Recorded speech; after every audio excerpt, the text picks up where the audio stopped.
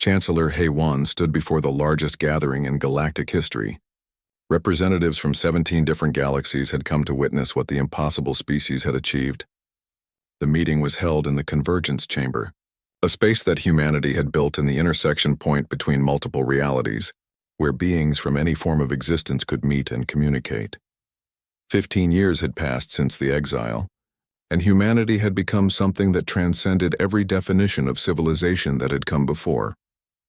Honored guests, HFY began, her voice somehow reaching every being present despite the fact that many of them didn't have ears. Welcome to the Greater Human Confederation. The chamber itself was a work of art that defied description. Its walls were made of crystallized music that sang in harmonies that touched the soul directly. The floor was a garden of living mathematics where flowers bloomed in geometric patterns that told the story of every species present. Above them, a ceiling of liquid starlight showed not just the current state of the universe, but glimpses of what it could become. You have come to see what we built after we were exiled from your civilizations, HFY continued. You expected to find survivors clinging to life in the darkness. Instead, you found something else entirely. Through the chamber's reality windows, the representatives could see the true scope of humanity's transformation. The Greater Confederation now spanned not just the abyss, but reached into adjacent realities, parallel universes, and dimensions where the concepts of space and time were merely artistic choices. Cities floated in bubbles of stabilized possibility, their inhabitants moving freely between states of matter and energy, as their needs and desires changed. Schools where children learned to dream new forms of physics into existence. Hospitals that didn't just heal bodies but repaired souls and restored hope to beings who had forgotten how to feel joy. Dong-Su, who had become humanity's first successful integration with infinite consciousness, materialized beside the Chancellor. He appeared as a gentle elderly human, but the representatives with expanded senses could perceive his true nature, a being who existed simultaneously as an individual and as a living embodiment of human potential. They want to know how, he whispered to HFY, how we survived what should have killed us, how we built paradise in hell, how we turned exile into ascension. HFY nodded and addressed the assembly. You're wondering how a species you judged too primitive and dangerous could achieve what your advanced civilizations never dreamed possible. The answer is simple, though you may not understand it. She gestured to the walls around them where holographic displays showed the history of humanity's transformation. Images of the first desperate months in the abyss, the breakthrough discoveries, the gradual understanding of how reality really worked. We succeeded because you were right about us. We are dangerous. We are primitive. We refuse to accept limits. We question everything. We reach for things that should remain untouched. She smiled. Those weren't flaws to be corrected. They were exactly the qualities needed to thrive in a realm of infinite possibility. Sujin, the architect of the impossible, stepped forward to demonstrate. With casual gestures, she began reshaping the space around them. The chamber expanded to accommodate new forms of existence, growing rooms where beings of pure thought could manifest, gardens where entities made of living music could sing themselves into temporary physical form. This is our gift to the universe, Sujin explained as she worked. Not just the technology or the knowledge, but the proof that limitation is a choice. Every barrier you accept, every impossibility you believe in, every dream you abandon because it seems too hard, these are all choices, not requirements. Young Ari, who was only 8 years old but had been born in 17 dimensions simultaneously, raised her hand. Can I show them my project? HFY smiled. Of course. Ari stepped into the center of the chamber and closed her eyes. Around her, reality began to shift and flow. What emerged was breathtaking. A miniature universe that followed physics based on friendship and wonder instead of gravity and thermodynamics. Stars that sang to each other across the void. Planets where every living thing was connected by threads of pure affection. Civilizations that had never known war because they had built their societies on the foundation of mutual care. It's small, Ari said apologetically, only about the size of your solar system. But I'm only 8. Mom says I can make bigger ones when I'm older. The assembled representatives stared in stunned silence. A human child had casually created a functioning universe as a school project. Elder Vexithara, who had personally voted for humanity's exile, spoke in a voice barely above a whisper. What have we done? HFY turned to her with compassion. You gave us exactly what we needed. You forced us to leave the comfortable boundaries of conventional existence and discover what we were truly capable of. We should thank you. The formal proceedings continued for 3 days, but the real transformation was happening in private conversations throughout the chamber. Representatives who had come to study human technology found themselves learning something far more valuable: how to see their own limitations as temporary obstacles rather than permanent facts. The Keth delegation, humanity's oldest allies, presented their own proposal. We wish to establish permanent exchange programs. Send our young people to learn in your schools. Share our knowledge with your researchers. Build a bridge between conventional space and the realm of infinite possibility. Accepted, Haywan replied, but understand that once your people experience true freedom from limitation, they may not want to return to the old ways. We're counting on it, the Keth ambassador replied.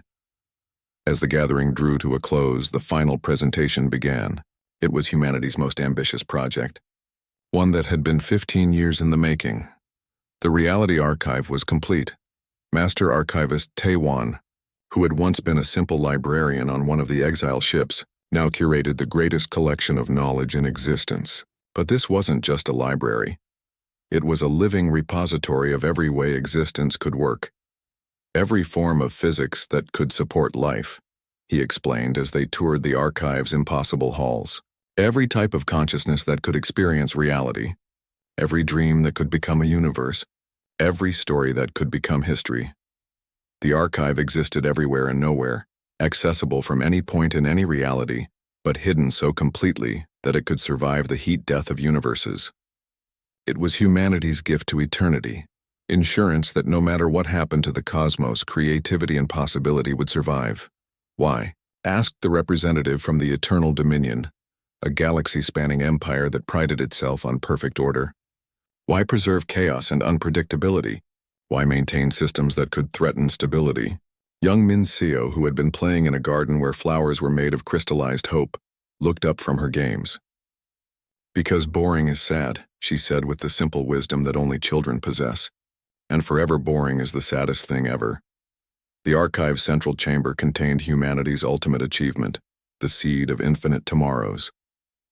It was a small crystalline structure that contained the compressed potential to birth entirely new forms of reality, each one designed to support and nurture whatever kinds of consciousness might evolve within them. When the current universe ends, Haywan explained, this will ensure that something new and wonderful can begin. Not just more of the same, but genuinely new possibilities that have never been tried. The representatives returned to their home galaxies carrying more than just reports and data. They carried a new understanding of what existence could be. Several civilizations immediately began dismantling the barriers they had built between themselves and the unknown. Others started schools that taught children to question fundamental assumptions about reality. But the most profound change was philosophical. For the first time in cosmic history, advanced civilizations began to see limitation not as wisdom, but as failure of imagination. Back in the abyss, humanity continued its work. Children born in cities that existed in folded time played games that involved rewriting the laws of causality. Students at the Academy of Impossibilities learned to dream new colors into existence and then paint with them. Artists created sculptures from living music that could be seen, heard, and felt simultaneously. Chancellor Haywan stood again in her office that existed in all places and no place at once, looking out at the civilization her people had built. Through windows that showed multiple realities simultaneously, she could see the future stretching out in infinite directions, not a single timeline, but an endless garden of possibility where every dream had the chance to become real. Any regrets? Asked her aide Jin Woo, who had been asking the same question for years. This time her answer was different. Just one, she said. That it took the universe 15 billion years to evolve a species crazy enough to prove that impossible is just a word. In the distance, construction had begun on humanity's latest project, a university that would exist in all possible realities simultaneously, where students from universes that hadn't been born yet could come to learn how to build better forms of existence. The admission requirements were: the emergency session of the Galactic Council convened in chaos. For the first time in 10,000 years, representatives were shouting, panic evident in voices that ranged from harmonic crystals to telepathic whispers. Elder Vexthera, who had presided over humanity's exile 10 years ago, called for order with trembling limbs. On the central display, the image that had shattered their peaceful existence played on repeat. The Devourer swarm, a horror from between galaxies that had consumed entire star clusters, had arrived at the edge of council space. Their scouts had made contact 12 hours ago. The encounter had lasted 37 seconds. In those 37 seconds, the swarm had effortlessly destroyed 3 council battle fleets, consumed 17 star systems, and demonstrated technology so advanced that it made the Council's greatest achievements look like stone tools. The surviving ships had fled in terror, carrying a simple message from the Devourers. Your galaxy will feed us well. How long until they reach the core systems? Asked Ambassador Teklan of the hegemony, his crystalline form flickering with fear. At their current rate of consumption, replied the Council's strategic coordinator, 14 standard days. The chamber fell silent. 14 days to prepare for an enemy that had been consuming galaxies since before most of their civilizations had discovered fire. Our combined fleets? Vexthera asked, though she already knew the answer. Insufficient. The swarm doesn't just destroy, it learns. Every weapon we use against it makes it stronger. Every defense we employ gets absorbed and improved.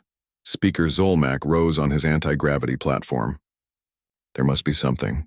Ancient weapons? Precursor technology? The vault of last resort?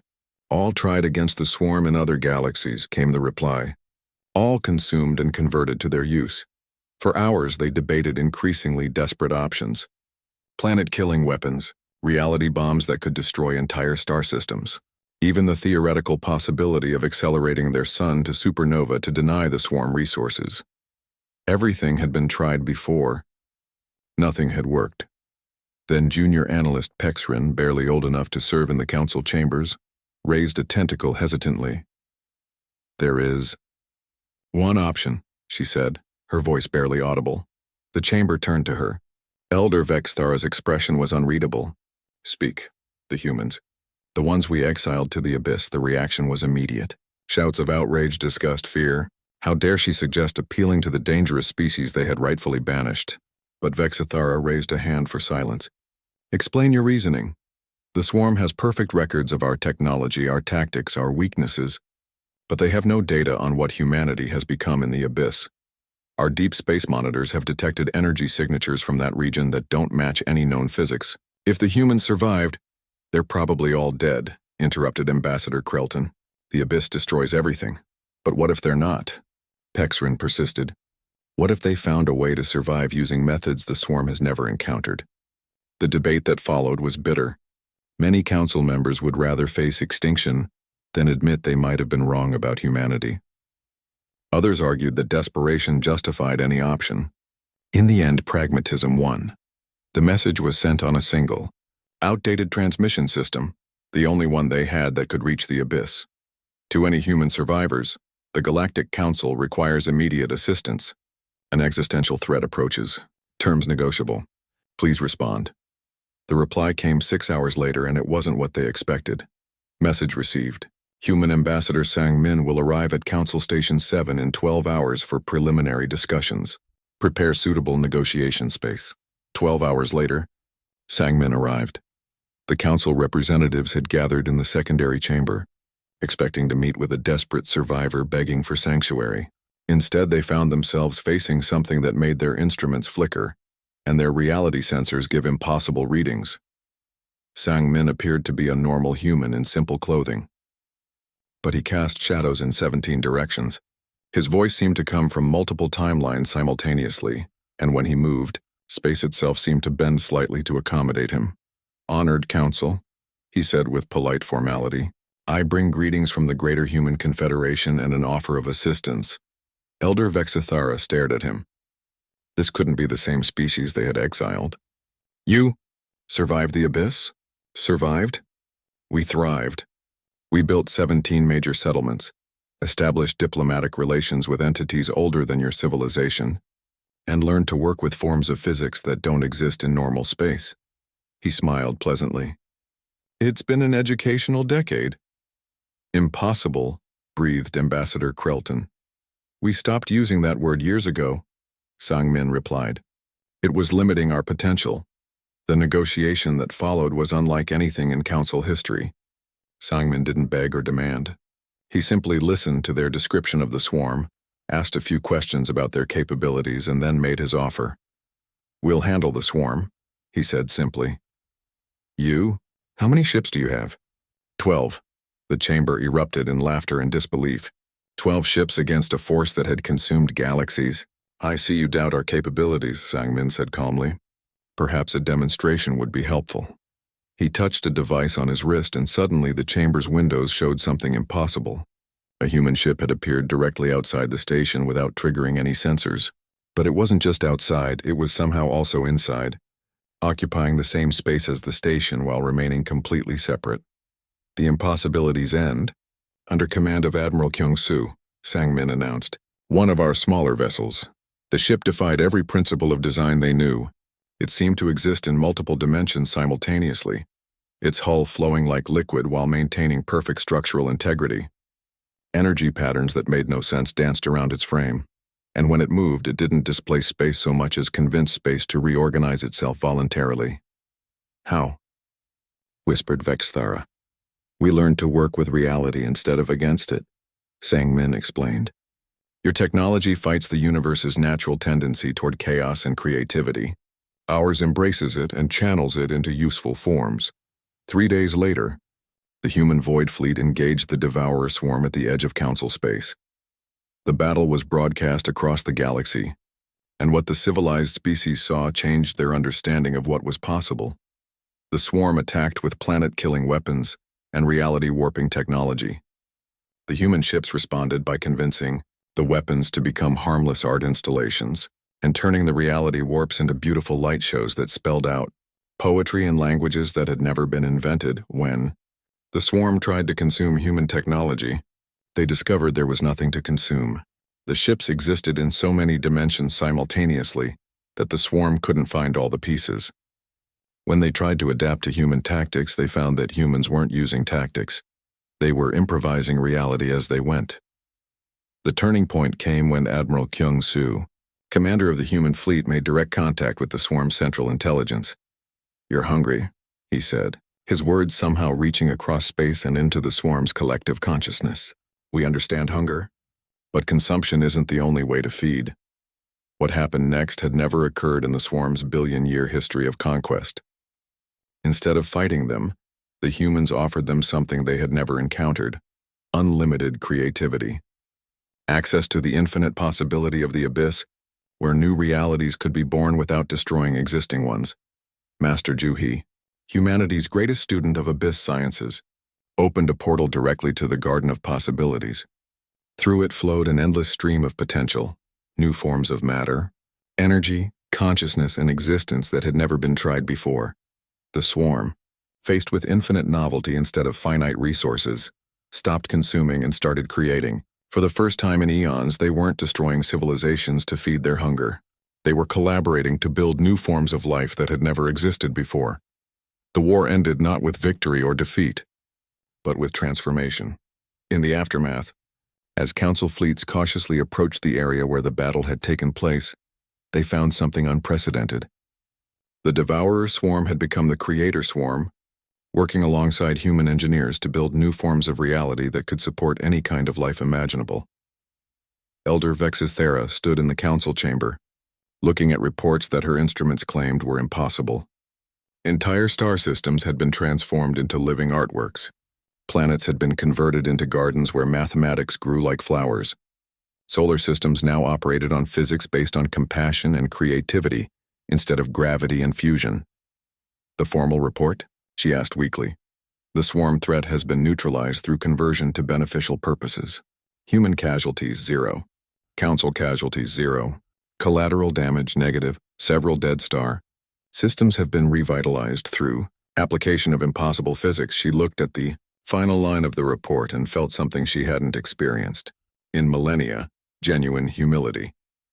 The Council formally requests the return of humanity to civilized space and offers full membership with all privileges restored. The response from Sang-min was polite but firm.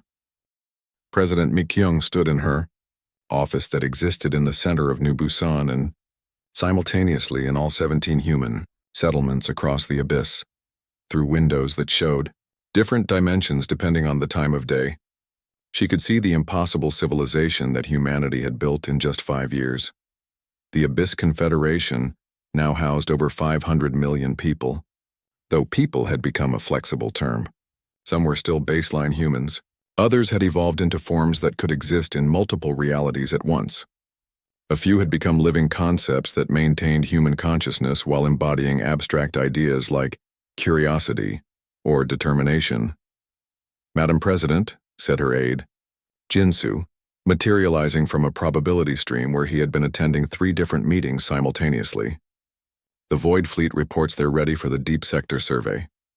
Mi-kyung nodded and shifted her attention to the military briefing room, which existed in the same space as her office, but rotated 90 degrees through dimensions she was still learning to name.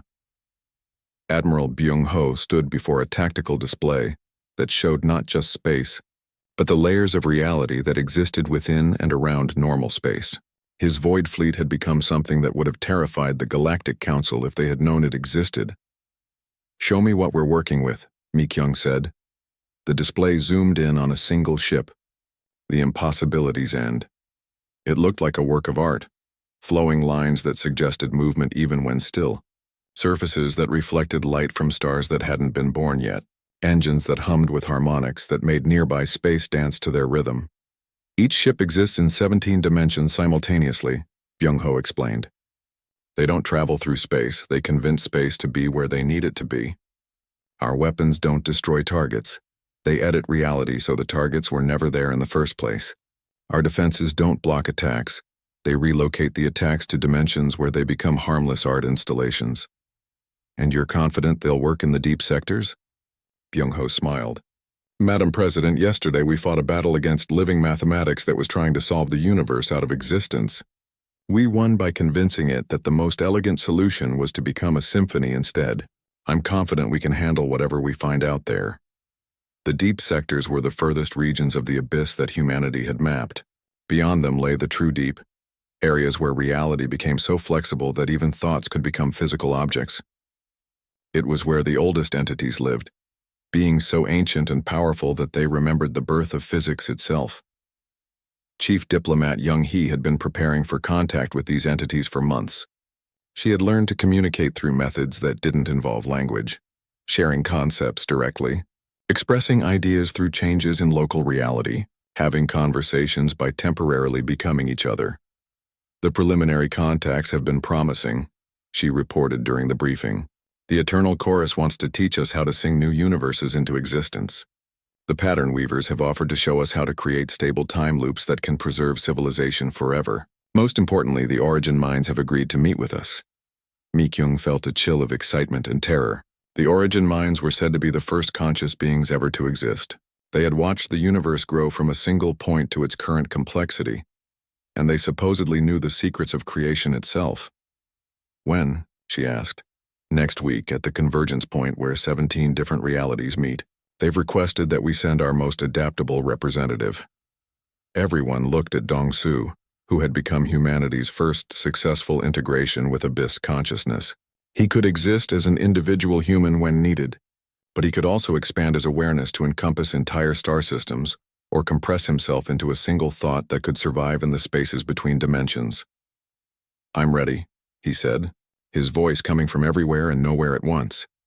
The meeting took place in a location that couldn't be described in normal language. It was the place where possibility became reality, where the dreams of sleeping gods took physical form, where the equations that governed existence were first written. Dong-su arrived as a human but quickly expanded his consciousness to match the scale of the beings he was meeting. The Origin Minds appeared as vast networks of light and thought that had been contemplating the nature of existence since before time had meaning. The conversation lasted 17 seconds and 17 billion years, depending on how you measured time. When it was over, Dong-su returned to the Confederation with knowledge that would change everything. "They've been waiting for us," he announced to the assembled leadership. Not just humanity, a species like humanity. They've been searching for billions of years for beings who could inherit their role as gardeners of reality. What role? Mikyung asked, creating new forms of existence, shepherding the birth of universes that work differently than ours, ensuring that consciousness and creativity continue to flourish no matter how the cosmos changes. He paused, and his form shifted between human appearance and something that looked like living starlight. They're dying. Not in any way we understand death, but their phase of existence is ending. They need successors, and they've chosen us. The implications were staggering. Humanity wasn't just surviving in exile. They were being prepared to become the caretakers of infinite possibility. Construction began immediately on the Reality Archive, humanity's most ambitious project. It would be a repository of not just knowledge, but of every way existence could work, every form of physics that could support life, every type of consciousness that could experience reality, every dream that could become a universe. Su Jin, who had become humanity's greatest architect of impossible structures, oversaw the construction. The archive existed in all dimensions simultaneously while being located nowhere in particular. It could be accessed from any point in reality, but it could also hide itself so completely that it became a concept rather than a place. We're not just building a library, Sujin explained to the construction teams. We're building the foundation for infinite futures. Every piece of information we store here could become the seed of an entire universe. As word of the Reality Archive spread, beings from across the abyss came to contribute. Ancient civilizations that had become pure thought donated their experiences. Living equations offered themselves as fundamental laws for future realities. Entities made of crystallized time provided temporal frameworks that could support any form of existence. But the most important contribution came from humanity itself. Children born in the abyss had developed abilities that amazed even the oldest entities. They could dream new forms of matter into existence. They could play games that involved rewriting the laws of causality. They could have imaginary friends who became real through sheer force of creativity. Young Minho, born in New Seoul and raised in 17 dimensions simultaneously, had become the first human to successfully create a pocket universe from pure imagination. It was small, only the size of a solar system, but it followed physics based on hope and compassion, rather than gravity and electromagnetism. It's not that hard, he explained to a gathering of amazed scientists. You just have to remember that reality wants to be creative. You just have to give it permission to try new things. The Galactic Council remained unaware of what humanity had become. They continued their orderly existence, following ancient rules and maintaining stable civilizations. Occasionally, their deep space monitors detected strange energy signatures from the abyss, but they assumed these were natural phenomena. They had no idea that their greatest mistake, exiling humanity, had resulted in the birth of the universe's next phase of evolution. President Mikyung stood again in her office, looking out at the confederation that sprawled across impossible dimensions. 5 years ago, humanity had been judged too dangerous for civilized space. Now they were preparing to become the gardeners of reality itself. Any regrets? Asked Jinsu, who had been with her since the early days of exile. Mikyung thought about Earth, about the life they had left behind, about the civilization that had rejected them. Then she looked at the children playing in gardens where flowers bloomed in colors that didn't exist, where time moved backward on Sundays just for fun, where imagination was the only law that couldn't be broken. Just one, she said, that it took us so long to realize what we were capable of. In the distance, construction continued on humanity's latest project, a university where students from any reality could come to learn how to build better universes. The enrollment forms were being translated into languages that wouldn't be invented for another 1,000 years. The exile had become an invitation. The punishment had become a gift, and humanity was just getting started. Admiral Dong Hyun stood on the observation deck of his ship, the horizon's edge, and looked out at something that shouldn't exist. New Busan stretched before him in all directions, a city built in a pocket dimension that his people had learned to create and stabilize. 2 years had passed since humanity entered the abyss, and everything had changed. The city defied every law of architecture he had ever learned. Buildings grew from the ground like living trees, their walls made of crystallized music that sang softly in the wind. Streets flowed upward and downward simultaneously, allowing people to walk on walls and ceilings as easily as floors. The central plaza existed in 7 dimensions, providing meeting spaces for entities that couldn't normally occupy the same reality. Admiral called Dr. Ha Young from her laboratory that occupied the same space as the Admiral's office but 3 hours earlier in time. I have the latest research results. Ha Young had become humanity's leading expert on abyss physics, mainly because she was the only human who could think in mathematics that hadn't been invented yet. Her work had made New Busan possible, along with the 17 other settlements that humanity had built throughout the void. What did you discover this time? Donghyun asked, joining her in the laboratory that existed in multiple temporal states simultaneously. The abyss isn't random chaos like we thought, she explained, showing him diagrams that shifted and moved as he looked at them. It's a realm of pure potential. Every possibility that could ever exist lives here, waiting to be made real by conscious observation and intention. She pointed to a 3-dimensional model that showed the structure of local reality. This is why we can do impossible things here. We're not breaking the laws of physics. We're writing new ones. Through the laboratory's window, which looked out into normal space and parallel dimensions at the same time, they could see Seok Jin working in the city's gardens. He was humanity's first successful abyss walker, transformed by direct exposure to the void's energies during a rescue mission 6 months ago. Seok Jin was still human, but he was also something more. He could step between dimensions like walking through doors. He could see probability streams and choose which future would become real. Most remarkably, he could communicate directly with the deepest entities of the abyss, being so ancient and strange that they existed as living concepts rather than physical forms. How many more like him are there? Donghyun asked. 17 confirmed, Hyung replied. But the process can't be forced. It only works when someone chooses transformation out of necessity rather than curiosity. Seok Jin became what he is because he needed to save his crew. The others all had similar motivations. They watched as Seok Jin tended to plants that grew in crystallized time. These gardens provided food for New Busan, but they also served a deeper purpose. They were humanity's first attempt at cultivating reality itself, growing new forms of existence like crops. The city's population had grown to nearly 2 million people, humans from the original fleet, but also refugees from other species who had been drawn to humanity's impossible settlements. The Keth had sent explorers who were amazed by human adaptability. A few Zephyrian scientists had arrived to study dimensional engineering. Even some former council species had quietly made contact, curious about what humanity had built in the place they called cursed. "Sir?" came a voice from the communication system. "We have visitors." Donghyun made his way to the central plaza, where a delegation of beings unlike anything he had seen before was waiting.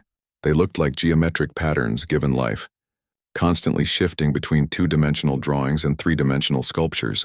Seok Jin stood beside them, serving as translator. "They call themselves the architects," he explained. "They design the fundamental structures that reality is built on. They've been watching our work here." The lead architect communicated through changes in its geometric form. Seok Jin listened carefully, then translated. "They say they're impressed. Apparently, most species that enter the abyss either die quickly or go completely insane. We're the first to maintain our original identity while learning to work with impossible physics." "What do they want?" Donghyun asked. "They're offering to teach us," Seok Jin replied. "The deeper sciences. How to create stable realities. How to build dimensions that can support any form of life we can imagine." 1 week later, construction began on New Seoul, humanity's second major settlement. But this time, they weren't just adapting existing space. They were creating entirely new forms of reality from scratch. The project was led by Byung-ho, who had been a ship engineer before discovering he had a natural talent for working with impossible materials. Under the architect's guidance, he learned to forge reality itself like metal, shaping space-time into forms that could support the kind of life humanity wanted to build. "It's like being a god," he told Donghyun during one of their progress meetings. "Except the responsibility is terrifying." New Seoul was designed to be more than a city.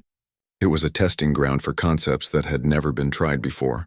Neighborhoods where time moved at different speeds, allowing people to live entire lifetimes in the space of a day if they chose. Libraries that contained not just books but actual experiences that could be lived and learned from. Parks where the laws of physics were negotiable. Letting children play games that involved flying or becoming invisible.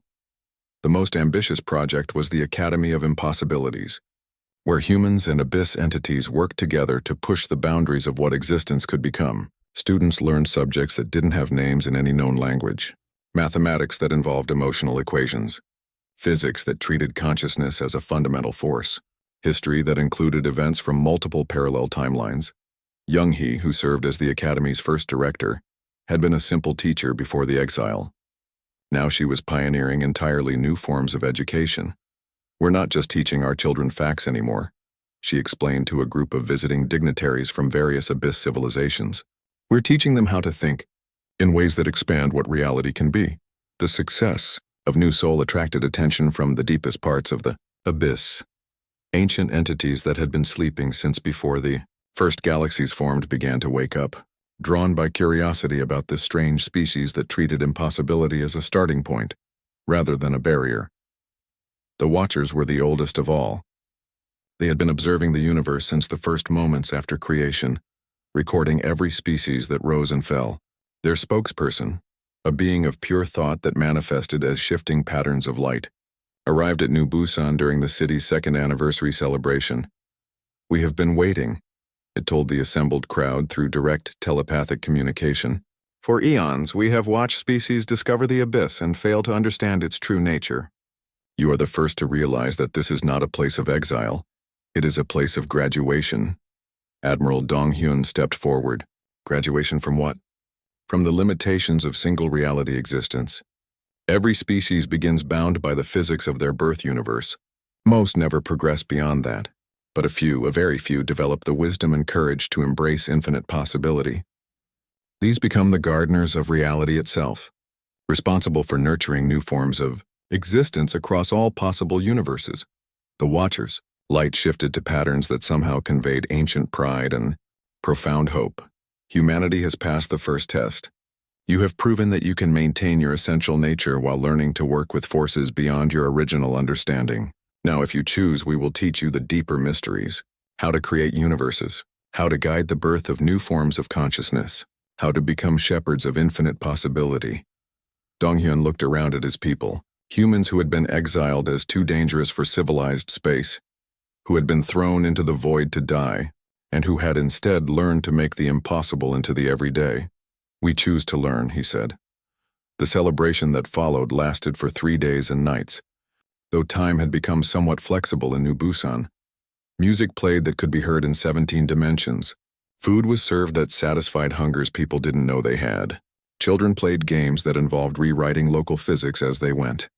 And in the depths of space, ancient powers stirred with something that might have been excitement. After billions of years of waiting, they had found a species worthy of inheriting the true secrets of existence. Humanity's real education was about to begin. Captain Jin'e had been in space for 20 years, but nothing had prepared her for this. She stood on the bridge of the colony ship New Soul, watching her instruments tell her things that couldn't be true. According to the sensors, her ship was simultaneously moving forward, backward, and sideways through dimensions that didn't have names. 6 months had passed since the fleet entered the abyss, and humanity was dying. "Captain," called her communications officer, "we're losing the supply convoy again." Jeannie looked at the view screen where 12 cargo ships had been flying in formation just moments ago. Now there were only 8. The other 4 hadn't been destroyed. They had simply stopped existing in ways that made sense. "Where did they go?" she asked, though she already knew the answer would be useless. "According to our scans, they're still there. But they're also not there, and they're arriving at their destination before they left." In the 6 months since exile began, humanity had lost 40 ships, not to enemy action or system failures, but to the abyss itself. Space here didn't follow rules. Time moved in circles. Matter decided to become energy without warning. Entire vessels had been transformed into mathematical concepts that existed only in theory. Chief Engineer Woo Jin emerged from the maintenance shaft, his uniform torn, and his hands covered in a substance that shifted between liquid and solid depending on the angle you looked at it. "The FTL drive is having another episode," he reported. It keeps trying to take us to last Tuesday. Can you fix it? Wu Jin laughed, but there was no humor in it. Fix it? Captain, I can't even understand what's wrong with it. Every time I think I know how something works in this place, it changes the rules. Dr. Yunbi entered the bridge carrying a device that hummed with impossible harmonics. As the fleet's xenobiologist, she had been studying the life forms they had encountered in the abyss. If you could call them life forms. I made contact again, she announced. Everyone turned to stare at her. Making contact with abyss entities was considered either a breakthrough or a death sentence, depending on your perspective. The crystal formation we passed yesterday, Yunbi continued. It's not just a formation. It's alive. And it's been trying to talk to us. What did it say? Jin'ei asked. That's the problem. It doesn't use words. It communicates through mathematical relationships. But I think I'm beginning to understand. She activated her device and the bridge filled with sounds like singing numbers. It's trying to warn us. About what? About using our old technology in new space. Every time we run our engines, every time we use our computers, we're fighting against the abyss instead of working with it. That's why we keep losing ships. Wu Jin wiped his hands on a rag that immediately turned into butterflies and flew away. So what are we supposed to do? Our technology is all we have.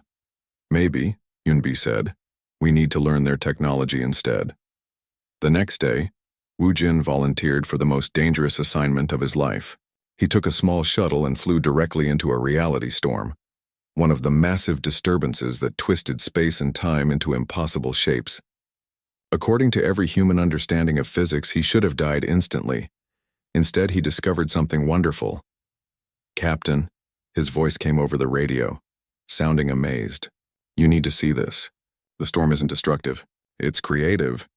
It's showing me how things could work instead of how they do work. Through his shuttle's cameras, the crew of New Seoul watched Wu Jin's ship transform. The metal hull flowed like water, reshaping itself according to principles that didn't exist in normal space. The engine stopped burning fuel and started singing in harmony with the cosmic background radiation. My ship is becoming something new, Wu Jin reported, and I think I understand now. The abyss doesn't want to destroy us. It wants to teach us. Over the following weeks, more volunteers followed Wu Jin's example. They took their ships into the storm zones and allowed the abyss to change them. Not all of them survived, but those who did came back with vessels that could do impossible things.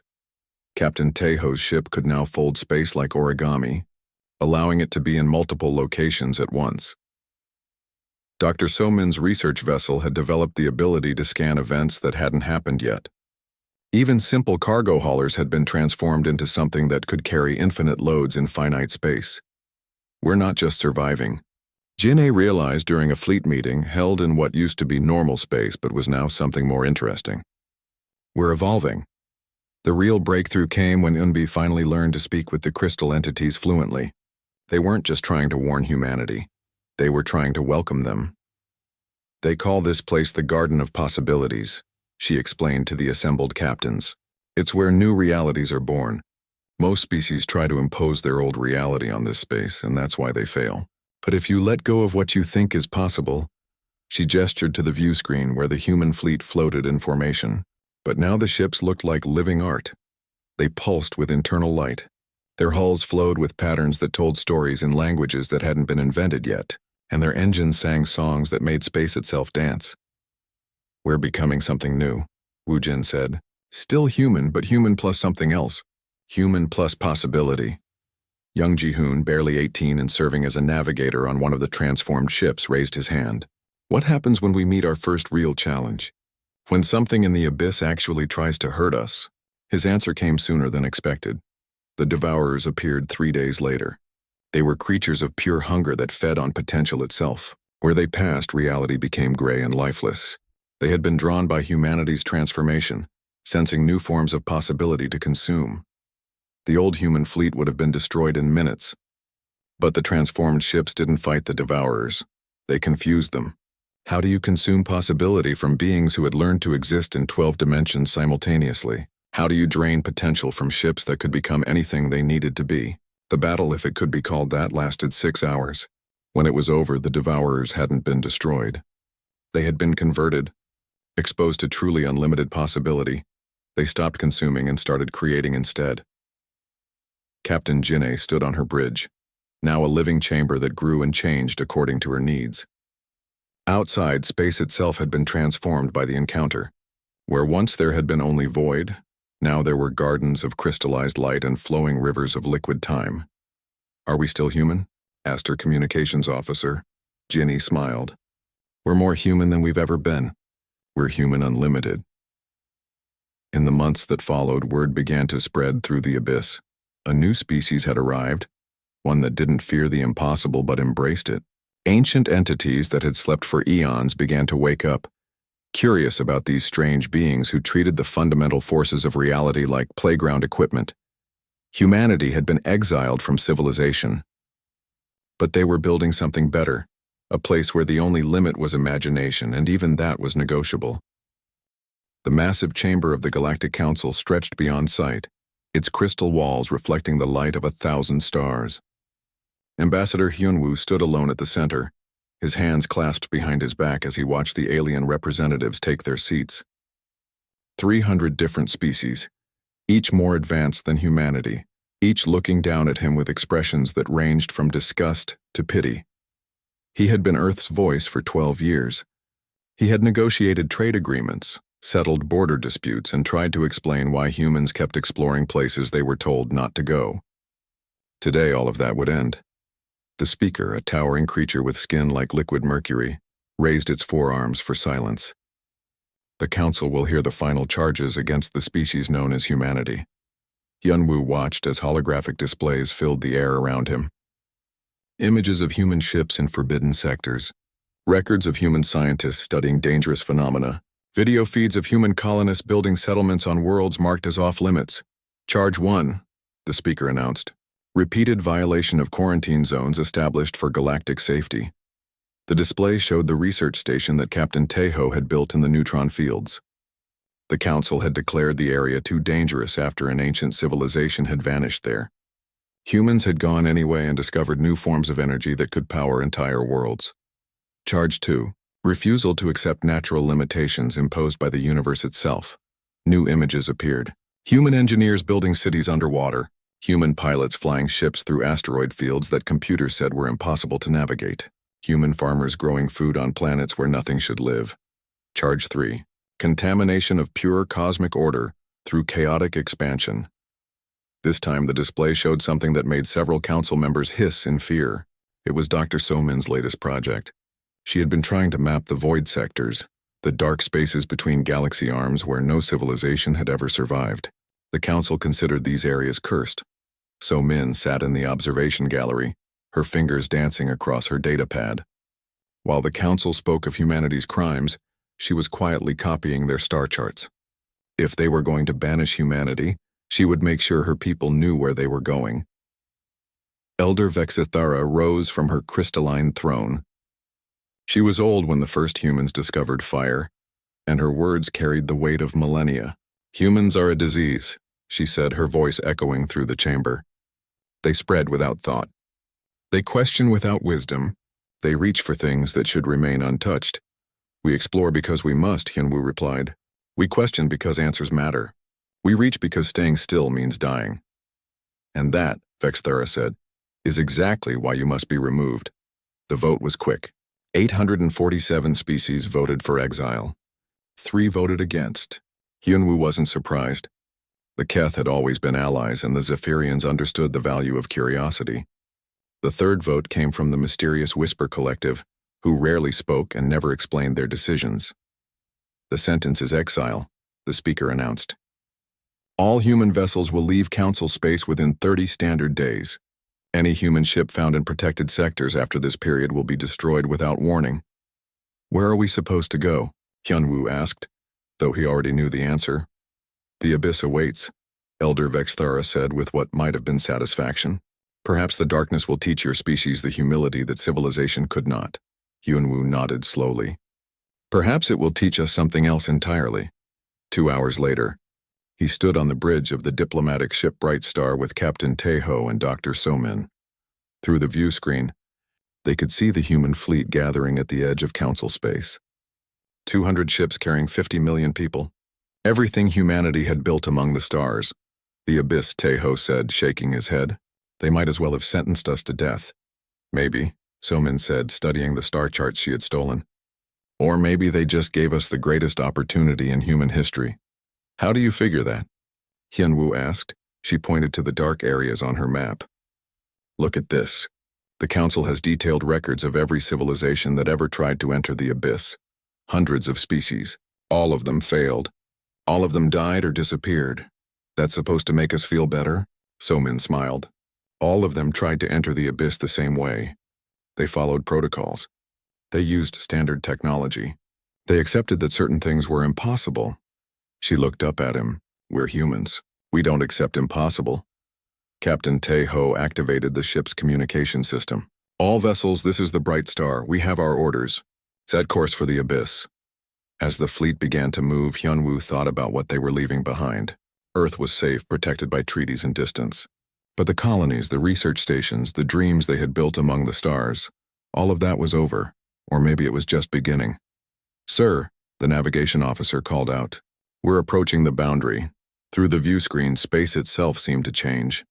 The familiar stars of Council territory faded behind them, and ahead lay something that made instruments flicker and readings turn strange. The abyss wasn't just empty space. It was a void where the normal rules didn't work. All ships report ready, sir, Tejo said. Hyunwoo took a deep breath. In his pocket, he carried a message from Earth's president. Simple words for an impossible moment. Show them what humans can do when we stop asking permission.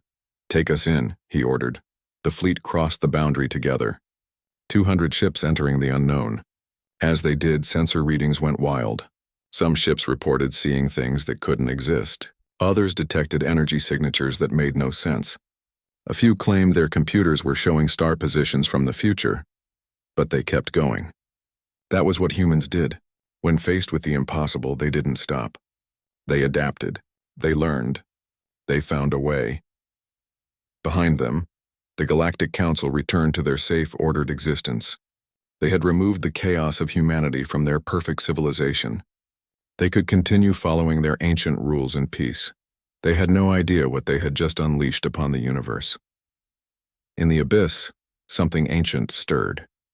Something that had been waiting for a very long time for a species crazy enough to reject the word impossible. The exile had begun, but for humanity it felt more like coming home.